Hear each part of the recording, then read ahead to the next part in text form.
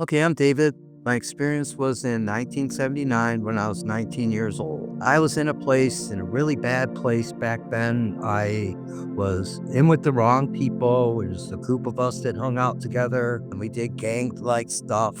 I grew up in the south end of Warren, Michigan, which borders Detroit, and it's really a bad neighborhood. It was bad when I was there, and I needed to get out of there. I wanted to get out of there and I wanted to move somewhere out west. I didn't want to live where I was living anymore because I knew I was struggling and I was going to have even more problems if I didn't leave. So I thought I got ready to leave. I saved money. I got everything packed and everything. And then I thought, well, I'll just hang out with my friends one more night, one more party with them. It was only just one more.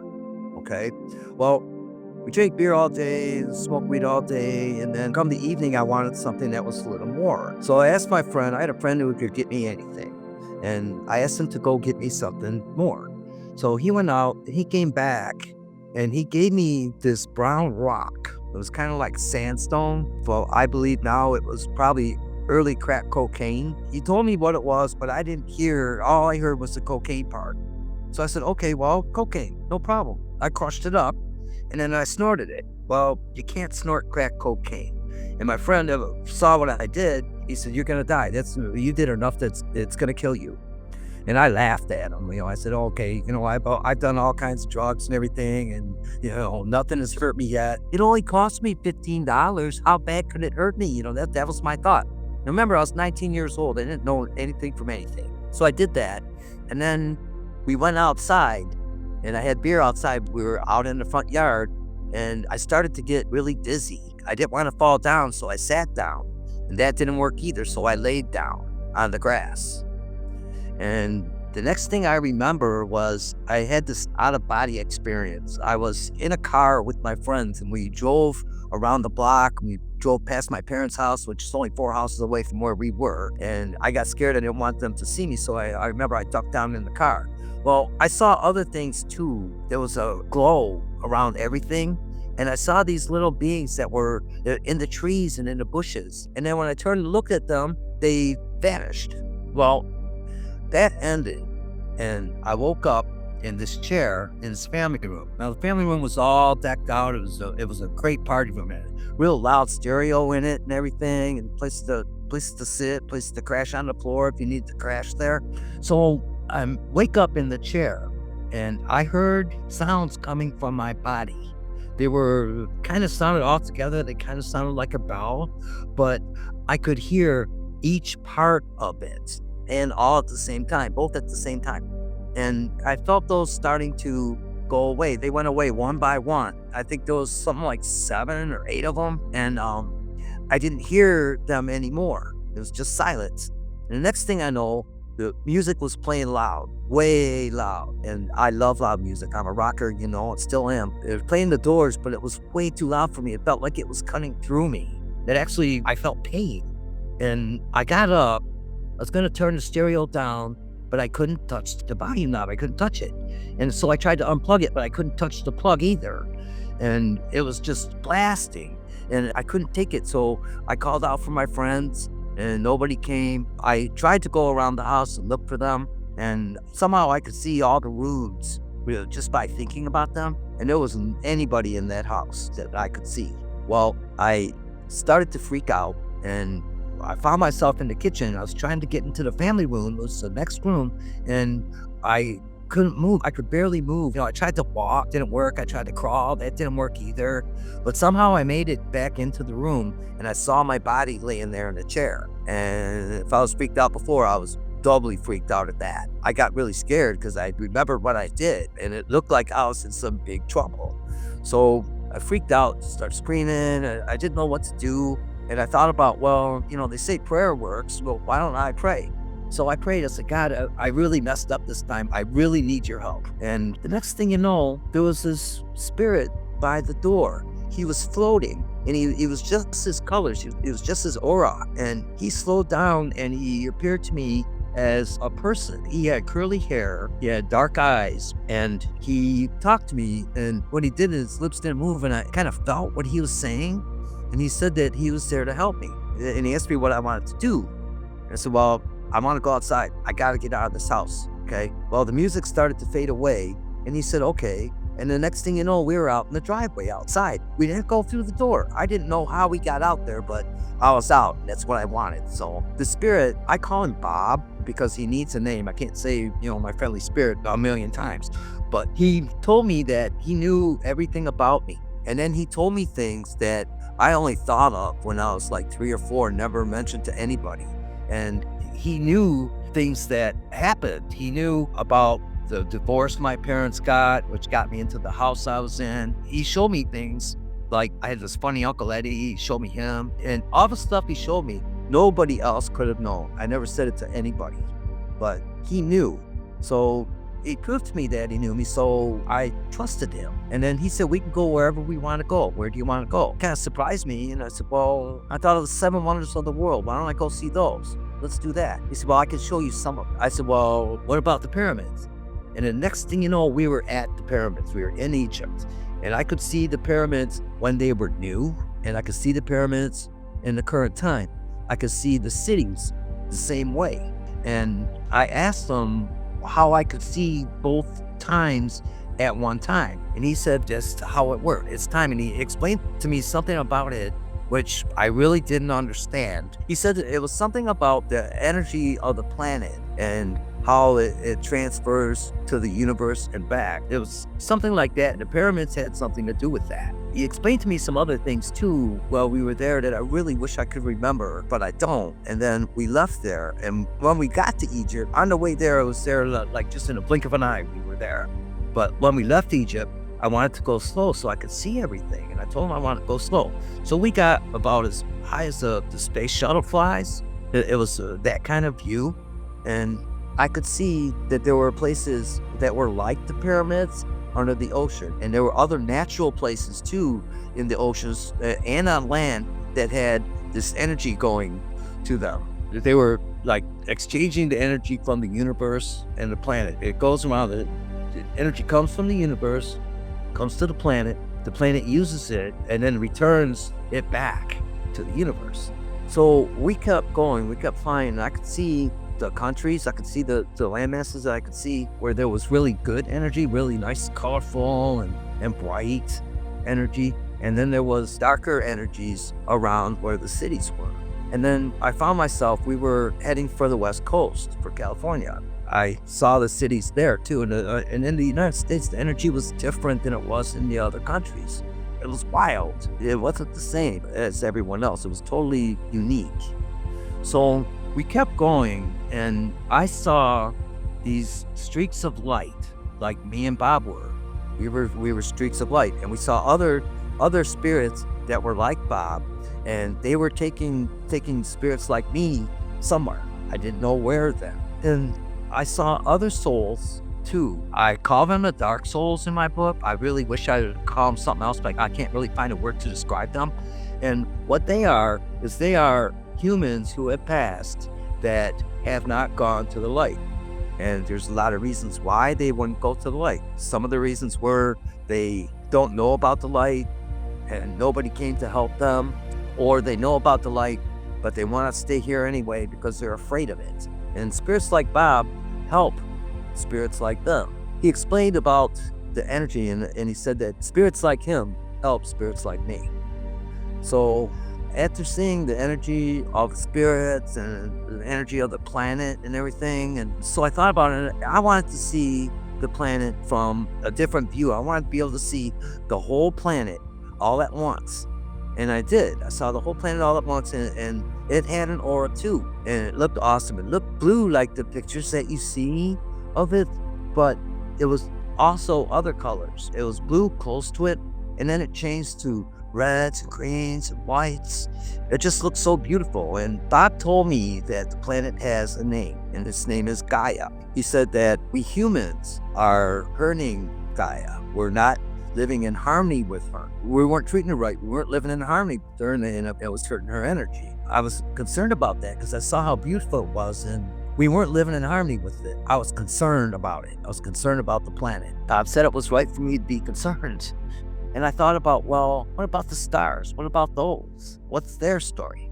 He said that we could go see one. He said, pick one. So I just pointed at random. It looked like a star was there. But when we were going to it, we went past all of the planets in our system. And they had their auras, just like Gaia does. And they had cities of spirit on them. I could see what there were spirits that were living there. And I asked Bob, I said, how come we can't see those? And he said, well, that's because your vibration isn't high enough. Your vibration is high right now because you don't have a body. And that's how you could see everything. And we got to the place that I thought was a star.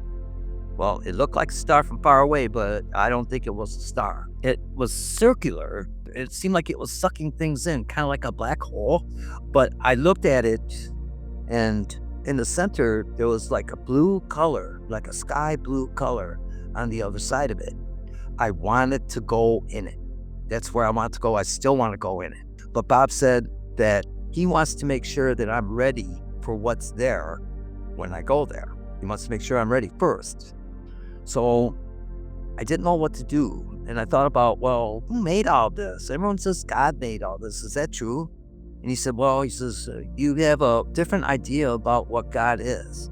What God is actually is the energy of everything, the energy that's in everything. Everything is a part of God.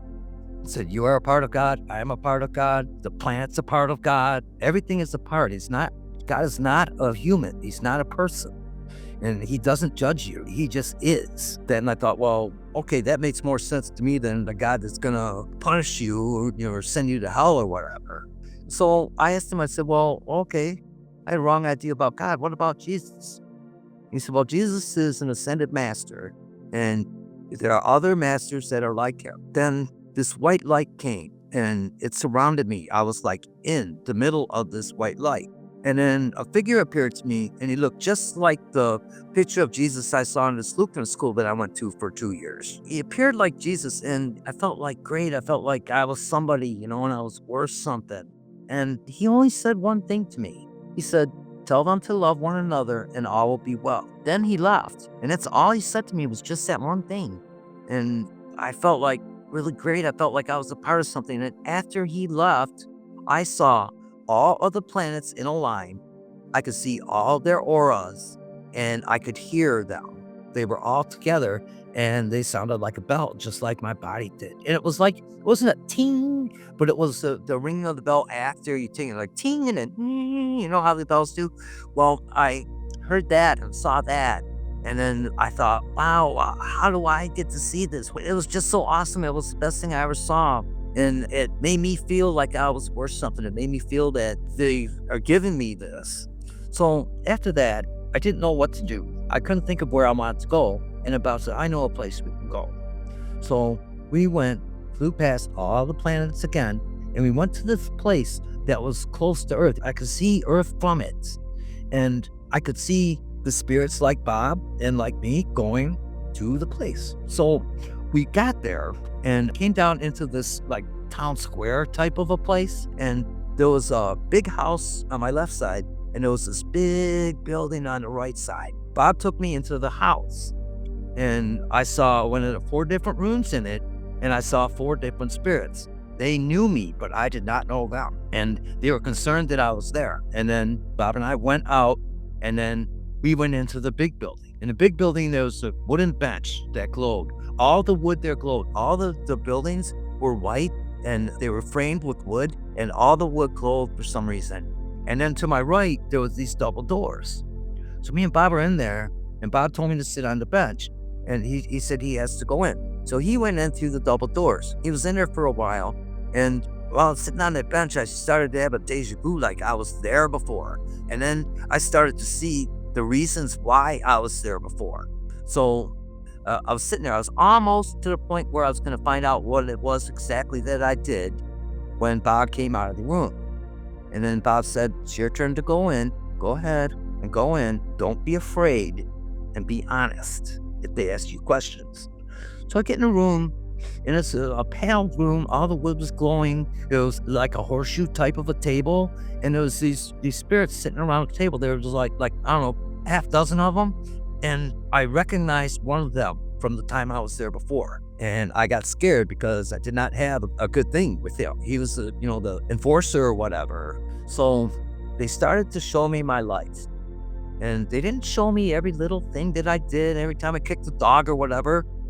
They showed me things that made me into what I was. Like, they told me about Funny Uncle Eddie. They told me about my mom and dad. They showed me that I picked them so that I could help them on their path and go on mine. We went along with that. And then it got to the point where I was coming up on what I did. I was coming up on a current time or whatever you want to call it. So they were done. And then they asked me, did you have a more positive life or a more negative life? What do you think? And I wanted to say positive because I knew that if I was positive, that they would let me stay there. I wanted to say positive, but when those beings talked to me, they talked to me just like Bob did. It was a telepathic thing. And I thought about lying to them, and they picked up on that. And then they said, well, you had to decide what you're going to do. You could stay here if you want to, or you can go back to the planet if you want to. Well, I wanted to stay. I started to argue with them. That's what I did. Wrong thing to do with that group. I found myself outside and discarded. There was a stone bench there, a white stone bench, and it was all these flowers and everything, and there was a river that was off to the distance. So I was sitting there by myself. I started thinking about, well, what can I do? Stay here. I need to find a way. I started thinking all about me. It was all about me. I wanted to stay there. Okay.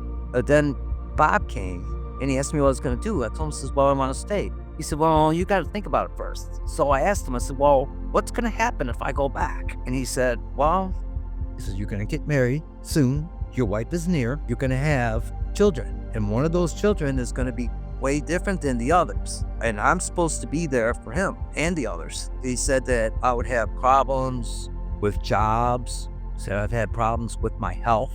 And he told me bad things that were going to happen to me. And I still wanted to stay there. So I asked him, I said, well, when will I go back? He says, I can't tell you. So I started asking him leading questions like, well, where am I going to be living when I die? That kind of thing. He showed me where I would be living, and it's basically the area where I live in now. He also said that I would have a brown dog for some reason. I ended up having a brown dog, but I don't know why he told me that. And he said that I was going to have a hard life when I go back. He said, just how it's going to be. And so I thought about it, and I thought, well, why am I thinking about me? What about my kids? What about my wife? I was so far away from getting married then. It was unreal, but she was there, and there was somebody there for me, and somebody was going to want me, and I wanted that. So I decided that I was going to go back, and I told him. He said, well, okay, there's something we had to do. So got up, we floated over to the river, and he told me that the river it cleanses you from things that you can't share from there. There were things that I can't share, like stuff that I don't remember.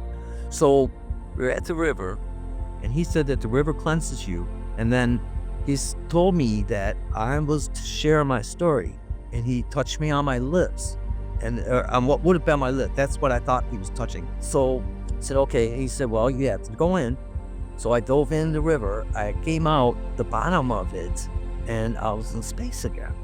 And I saw this glitter trail, and I followed the glitter trail down, and I got to the area where I was living. And I wasn't quite at the house. I had to go to the house. So I'm floating, going to the house, and I'm thinking about, well, wow, look what I can do. I can move like this. I can see everything. I can understand stuff.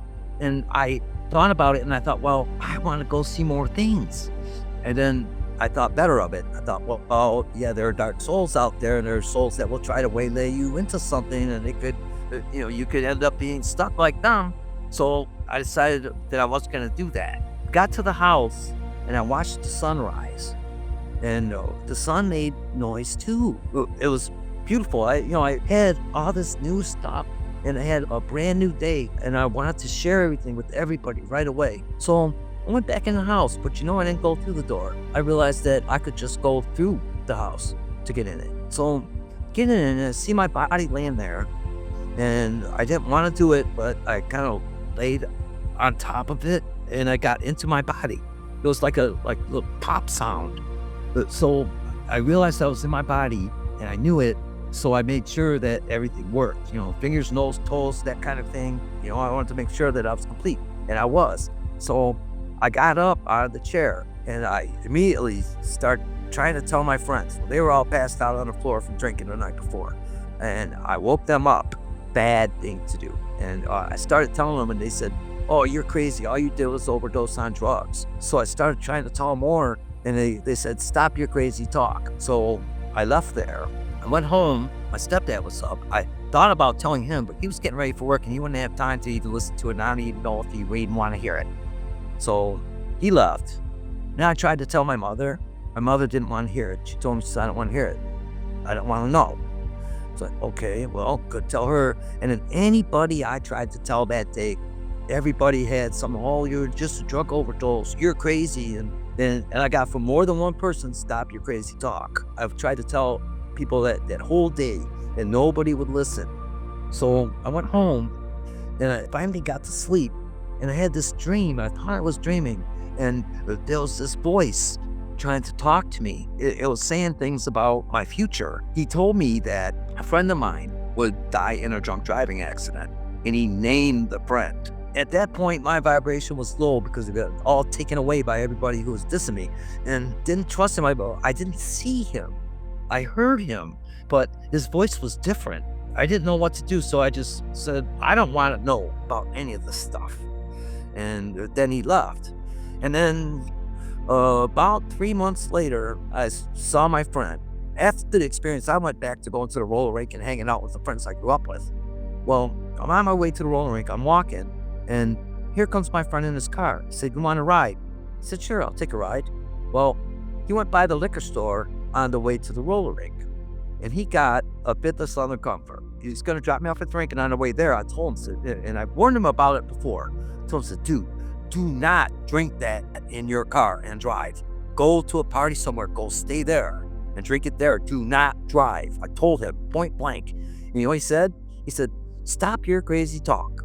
And that's the last thing he ever said to me. 3 hours later, he was dead. And then after that, I believed that the experience was real. I firmly believed that.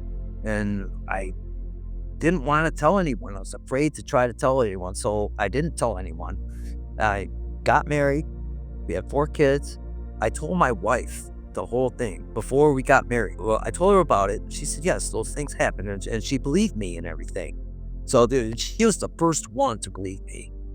And after that, I didn't tell anybody until 1998. But yeah, that was it. That was the whole thing. I certainly believe in all of it now. I have no question about it. I mean, I couldn't throw away all the knowledge that he gave me. It gave me about energy and what energy is and what it's for and how we can use it and what the experience was about. It was about energy, and it was about God.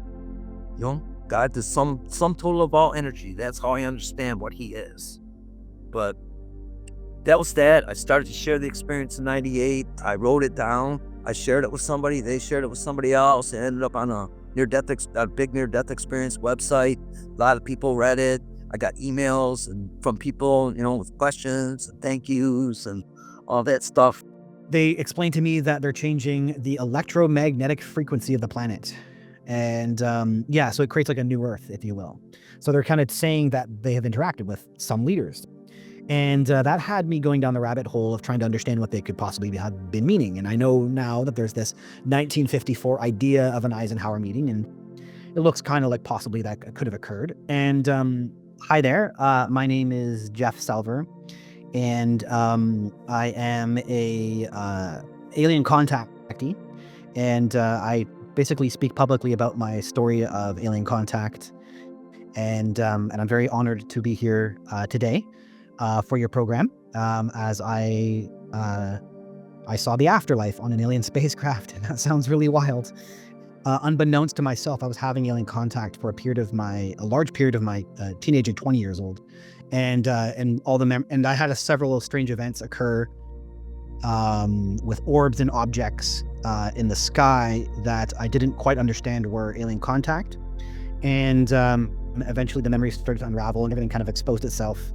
And I had learned something really extreme had happened to me. And so the bottom line with the alien contact is that I passed a lie detector test. I have videos of UFOs on my website, www.jeffselver.com. Some of the detail about my story of alien contact sounds, now the reason I prep with how much I have done to, validate my experience is because what happened to me sounds unbelievable. And, but it can occur, it can happen. So I made an agreement with gray aliens to discover my soul when I was 16 years old. They saw a future event in my life with which they were interested in, and they wanted to prep me. So there were 7 contact events that prepped an event with which I would discover my soul. And they basically, it was over several years. The contact events were very extreme but spaced out. And then December of 1997 was this consciousness event. That's what I call it. Kind of a strange attainment, but I've had some other events that I can't find in any scriptures or any description of enlightenment or anything like that. So it had a very, very weird effect, and it told me it was combined with a message, a spiritual message, if you will, to leave my life. And when I did, I started having alien contact without my knowing while traveling. So I was traveling and I started seeing orbs and objects in the sky, and I had an additional 23 altogether once it's all done. When the traveling period was done, those 23 contact events. And so there was this whole thing about to discover my soul, and it seemed to change my DNA, and I became valuable biologically for them. And so that's the story, is that it was very intimate, and but they told me a lot of things and explained a lot of things. But part of how they changed me as a 16-year-old was showing me the afterlife. So the first contact event, I call it, happened when I was 16 years old as a prep for discovering my soul, and they show me the afterlife, and they turn me into an orb and show me the afterlife. And so that becomes the base of everything and changes the entire set of 26 contact events and really my relationship with them. So it's a wild story, but that's the general description of the 26 contact events and why they interacted with me. When I was 16 years old, at that point, I'd had childhood contact events that I wasn't aware of. And basically how it worked was the entities really opened up a memory. They opened up the contact event, or they interacted with me, and then I had memories of the previous contact events. But then when they weren't around, everything kind of was sealed up. It's very weird. And they definitively knew my name. They knew who I was, and it's kind of like they were watching me, kind of knew details about me. And so, yeah, when the 16-year-old contact event, then the contact event number 1, even though there's the childhood contact events, I call it number 1 because that's where the relationship starts. And basically the entity asks me for my permission. Will I come with them? Will I come on board its ship? And first I was scared until I had a childhood recall. I remembered the childhood contact events, and then I agreed. And it makes sense that they wanted my permission when you see what they did with me. And that was it. Then I was inside the craft, and yeah, it knew my name, and it basically said, "We're here to help you." And I didn't understand that. And then it showed me an outline of my future that I couldn't comprehend it. It was just a hologram that was abstract and meant something to them, but I didn't quite understand it at the time. And basically it's saying, this is your future outline, and we're here to help you with a transition, and we want to work with you. And so it's communicating to me, and I eventually agree, because it explains that I have their genetics in me, and it's a bit detailed how that occurs, but there is a childhood contact event where they put that information into me as well. And so it all kind of started making a picture. And as well, I had a bit of a learning disability, so which is savant characteristics, which is very common also with contactees. Very weird. And they basically explained that part of them, that part of me was their part of them in me. And so they were answering things about my life. So they were communicating with me through telepathy, all through the eyes and through telepathy. And they basically said, "Do you want to work with us? We have this idea, we want to work with one of our own. We want to develop and grow one of our own." That's how they framed it. And I agreed because of, I felt bonded to them. They were answering things about my own life that no one else could. And it was obvious they had been in my life up to that point, and I wasn't aware of it. So they were kind of very easy to hide in the background, and I kind of got that, but I also recognized how fascinating it would be to interact with them. So I agreed to doing this, and that's where it starts. And so the entity did know my name and did communicate with me. So did they tell me anything about humanity's future? So yes, they do. So I was part of a hybrid program, and my genetics were used for making gray alien human hybrids. And they basically tell me that they plan to put these on the planet. And they explain quite a bit, actually. They explain to me why they're doing that. And fundamentally, it's because humans are damaging the planet. And there's an idea here that they made us already, or I don't know the full details, but the bottom line is the entities I was working with were basically taking responsibility for the creation of the human. There might be that there might have been multiple aliens involved, but these guys are geneticists who seem to be masters of making bodies, and now they're upgrading things. And that was kind of the premise, that there was this damage going on and that they need to curb humanity and basically add in new genetics to the population. And they basically explained to me that that there will be a planet event, some kind of a planet event that will occur, and then after that they're putting the hybrids onto the planet. I also am aware that there's genetics already in the population, so there's kind of a mixed bag going on here, where there seems to be ancient alien races with their genetics already in the population. It also appears that the aliens presently are putting genetics into the population, and then simultaneously there will be hybrids who will kind of maybe accelerate that process. And all of it is to make us, a moral, conscious, and aware species. That is the simplest explanation to that. To help guide us away from the kind of these behaviors we have that can't stop us from doing what we're doing, the damage that we're doing. And I don't mean that in kind of a climate change, but also maybe everything collectively, planetary damage as a whole. And as ecosystems are being eroded, we're damaging many things all at the same time. So yeah, the idea is to create a species or help with that. It's to curb those kind of things. That's what they showed me. And they did show me an intervention that they are planning to intervene, and that it will involve a planet event. And after that, that's when they put the hybrids onto the planet. And then it's also kind of a way of framing it is, so in the very first contact event, when I'm asking who they are, she tells me we are humanity's agents of change. And it's a very wild thing to say. And then upon saying that, she shows me the Mayan calendar. And the Mayan, I didn't have any knowledge about the Mayan calendar, and it wasn't really a Mayan calendar. I didn't see Mayan imagery, but it was a giant cog that was meant to be a calendar that represented eras. This idea that there's these kind of long eras, and we're in a transition of an era right now. That the humanity itself is in an era, and we're moving into a new era, is kind of the premise. And that's what the whole hybrids and the alien presence on the planet, they're trying to change that to that. So that'll be a new era, if you will, of the planet, with humans and aliens working side by side. Eventually I do get told that specifically, that the hybrids and the humans will be working side by side with the alien genetics merging into the population over generations. And that's the whole plan that they have. They explained to me that they're changing the electromagnetic frequency of the planet. And so it creates like a new Earth, if you will. And this is consistent with all the contactees that I've met, that there's this kind of idea of a new planet. Yeah.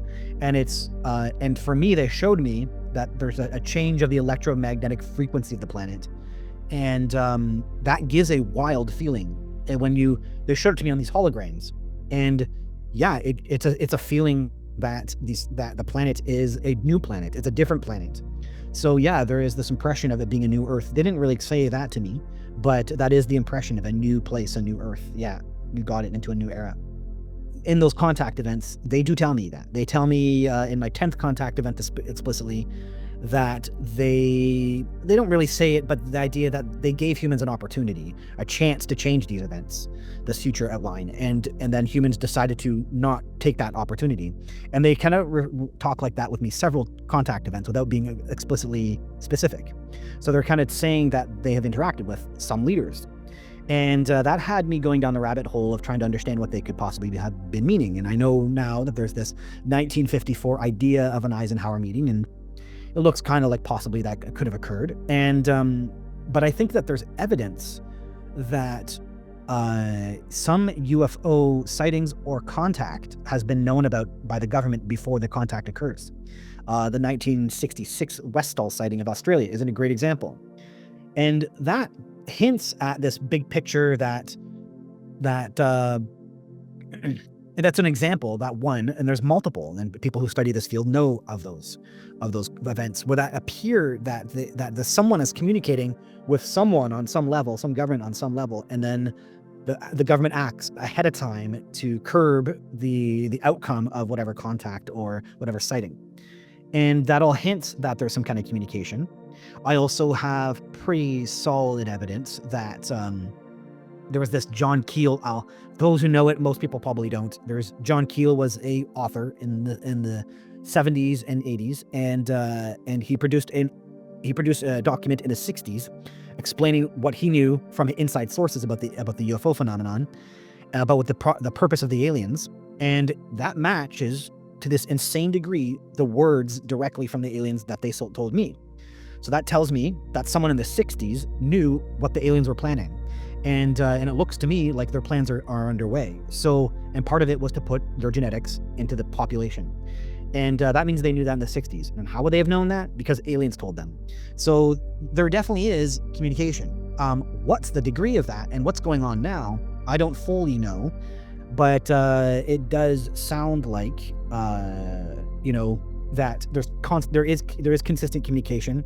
It sounds like at times there were attempts to deceive as well too. The humans were trying to deceive the aliens, possibly trying to get maybe technology from them, but also an idea that maybe the government knew that the aliens were putting their genetics with an ultimate purpose of I don't know if the word taking over the planet, but of an impression of influencing the direction of the planet. And that could mean a fall of our human systems, like capitalism, or maybe just the way we do things. And that might be a threat to the government. So then they tried to stop this. And I think that's what's happened here. I think that the government, throughout the decades, tried to stop things. Then I think they realized they can't.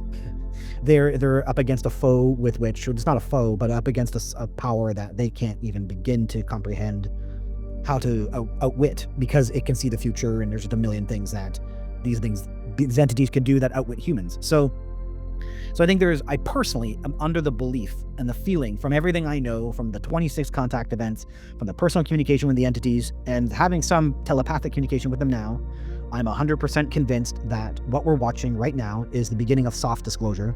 That was a 10-year program.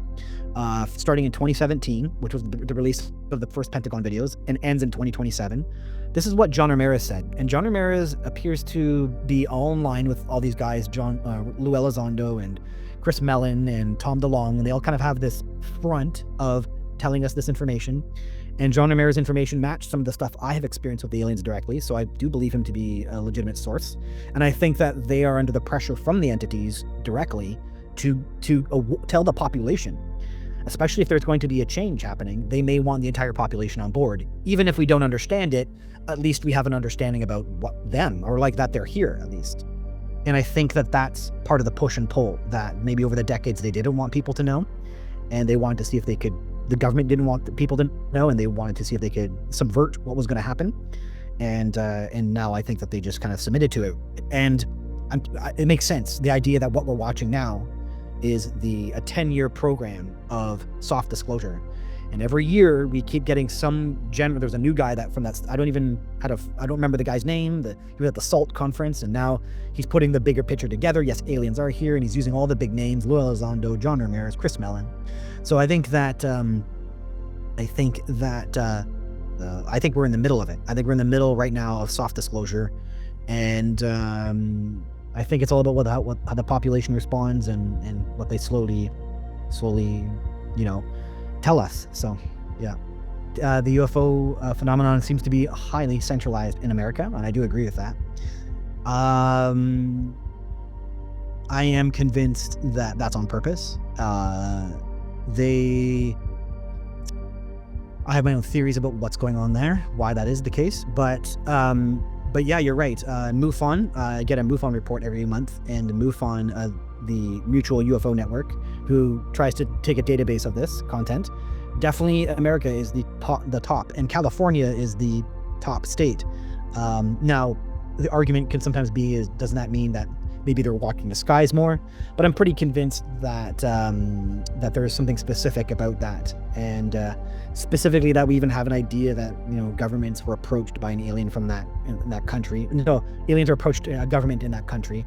So that's a really wild kind of synchronicity, if you will. The fact that they have the most UFOs combined with having stories about governments that know about the details, UFO crashes that even occur in other countries.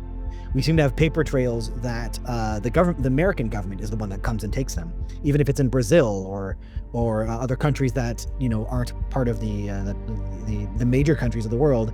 America will be the ones to step in. And even the Westall sighting I gave you in 1966 that had a UFO land in a playground. It was the American Air Force that was seen on the ground 20 minutes after the craft had landed. So that's a really weird thing, and America seems to be the one on top of it all, and I think that's on purpose. I'm pretty convinced that's or the Americans. Anyway, it's on purpose, and I'm pretty convinced. And here, let me just throw a connecting piece that I saw on Craft, because they show me a city will be placed here on the planet with the hybrids, and in the 10th contact event, they show me on a planet hologram that the city is in fact dead center of America. So kind of like North America, dead center of North America. So a little bit on the border of Canada as well too, but it's a huge city. And the idea that it was placed in the States like that is just such a strange thing to me. And I found another corroboration that aliens have talked about that location with someone else, the same spot, kind of dead center America. So I just find that a really, really interesting connection, that we have the most UFO sightings. The aliens showed me a city placed there. The government there seems to have been approached. So yeah, that's it's pretty weird. You're right. And also what's really interesting too is that that contact and sightings are reported worldwide, but there seems to be a concentration of them in the States, and I agree with all that. That it's the Department of Energy in the American government that appears to be the one that's housing some kind of black corporation or top secret corporation off the books. So it's the Department of Energy that seems to be the one who is got the reverse engineering program, and so the UFO reverse engineering program. Apparently, it doesn't matter what American government is in place, that this stuff can just exist outside of that. And that's why this has been a problem for so long, or that's why it's in the state that it's in right now, that presidents don't have to be briefed on it. Apparently, some presidents do get briefed on it. I don't know the whole detail. I think I saw Nick Pope talking about it once somewhere. But I think that it doesn't change anything. Now, who knows what's going on here, and who knows what the 2027, and if that's going to involve some president putting out that information. I don't really know. I don't really know what it would happen with that, and I don't know the role that plays. But I do believe that. What was the other thing I heard? I wish I could remember the details of it. The reason President Trump didn't talk it was Ross Coulthart. So Ross Coulthart said the reason President Trump didn't spill any beans on the UFO phenomenon is because he was concerned of himself getting killed.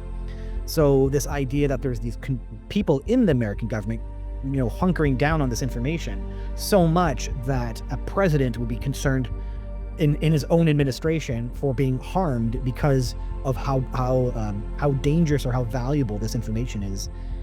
If that's true or not, I don't know, but that's what Ross Coulthart said. So there clearly is a separation here between the administration that runs the government versus these UFO programs, or at least who's understanding or who's interacting with this stuff. There clearly is a separation. So it's not clear that any administration would affect that. But you just don't know right now. And I think it's a gamble, because especially if we're having a 2027 desire and there's whistleblowers, anybody can say anything at this point.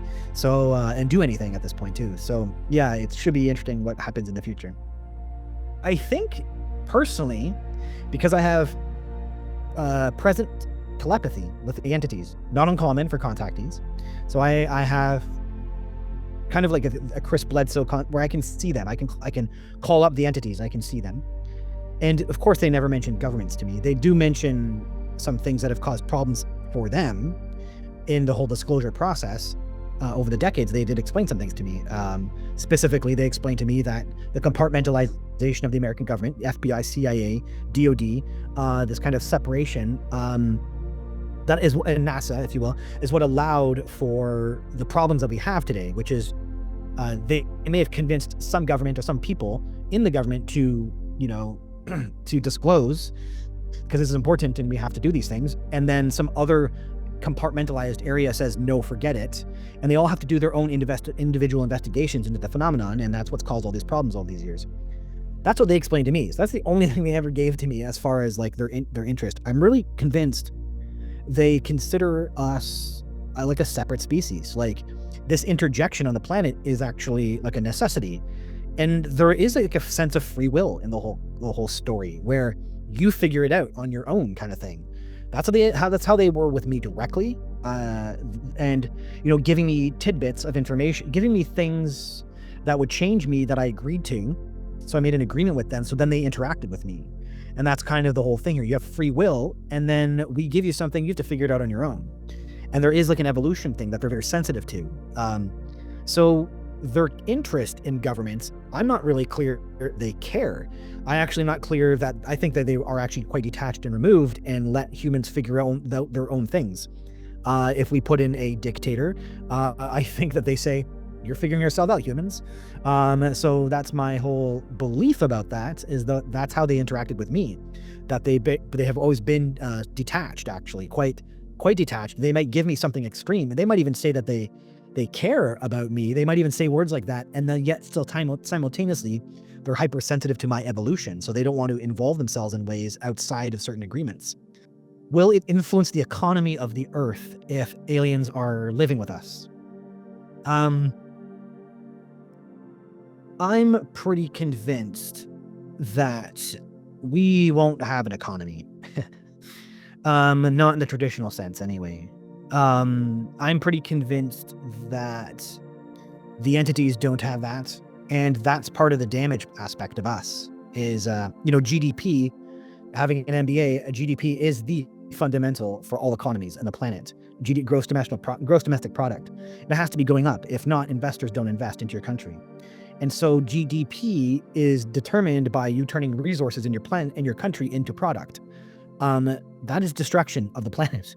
You have a fundamental growth factor of every single planet trying to figure out how to take its resources and turn it into something. And so that creates mines, it creates forestry, it creates production of plastics, and everything affecting the environment has a fundamental source, which is GDP, and the reason every country drives to what they're doing. So I think that's the thing they want.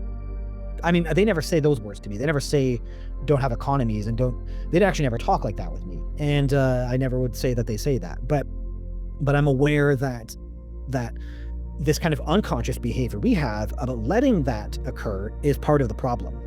And so I don't know what that picture looks like. I actually do wish they gave me more of that picture. I have my own intuitions about it. I put that detail into the book, where I kind of give a picture of what I thought the city looked like from what they told me and shared with me and some things I saw. But I'm not quite clear an economy, as far as I'm concerned, like a capitalistic economy, is compatible with the entities. And especially like for those who hear those words and are challenged by that, the thing I want people to understand is think 0 point energy. If you don't know what that is, look it up, people. 0 point energy is taking energy out of the fabric of the nature of the universe. So you can draw energy out of the quantum field. And that's where the entities are, meaning they have access to practically anything you want. So I think that there is an element here of moving into a different type of society that might be dimensional. And then we have access to, if we can, evolve ourselves, we have access to a whole other type of universe that we haven't even begun to even understand is available to us. and we can do it with their help. And that's what I'm pretty convinced is being said to us. So what role economies look like that, I don't have the specifics, but it's a very interesting question. But it's as far as I'm aware, they're not compatible, those two things. When I heard John Ramirez say 2027, the reason I gravitate towards that is because I knew from what the aliens showed me that the planet was at stake, that the damage to the planet is what the big problem is, and that's consistent with a lot of contact events, and with a lot of contact events, the aliens are focusing on the planet and the human destruction of the planet, and so when he said 2027, that made sense to me because, it's increasing. The damage of the planet is increasing, and I'm pretty certain that they have used the planet in the past, if not even still presently. So this idea that we're affecting a lot more than we're aware of seems pretty likely. And I'm convinced in our own lifetime we will be hearing. I don't know what the details are, and I don't know. I'm actually almost convinced that we'll learn about it and still not be interacting with it for some time. And the reason being because they are actually really, maybe some aliens, but a lot of the people may not be able to handle the dimension that they're on or the place that they come from. And so the public might be aware of them without actually still interacting with them. And I'm not saying that that's the case. I don't really know. I'm speculating on that. But I definitely know that I'm pretty certain the public learns in our lifetime. And I'm certain it's in a couple years that we will learn aliens are here and have been here the entire time. Not just that, I'm certain the aliens want the government or the people who know this information to tell the whole details, that our own human history is actually not what we think it is too. And I do believe that the aliens want transparency, and the government is the one kind of backstepping and backpedaling on that. That's just consistent with my own contact events, that the aliens themselves do want transparency, but also recognize our own comprehension in understanding the bigger picture of things. So I think that those two things play in the pieces of people, of what some leadership tells the population. I would say is, on the back of the book is a message to humanity from the alien that talked to me, and I'll say that message here. It's not to dominate you. It's to change to societal structures that benefit you, and to change to societal structures that benefit nature. There are ways that are very advanced for a society to coexist, but they are reorientations of your sense of self because they involve consciousness technology.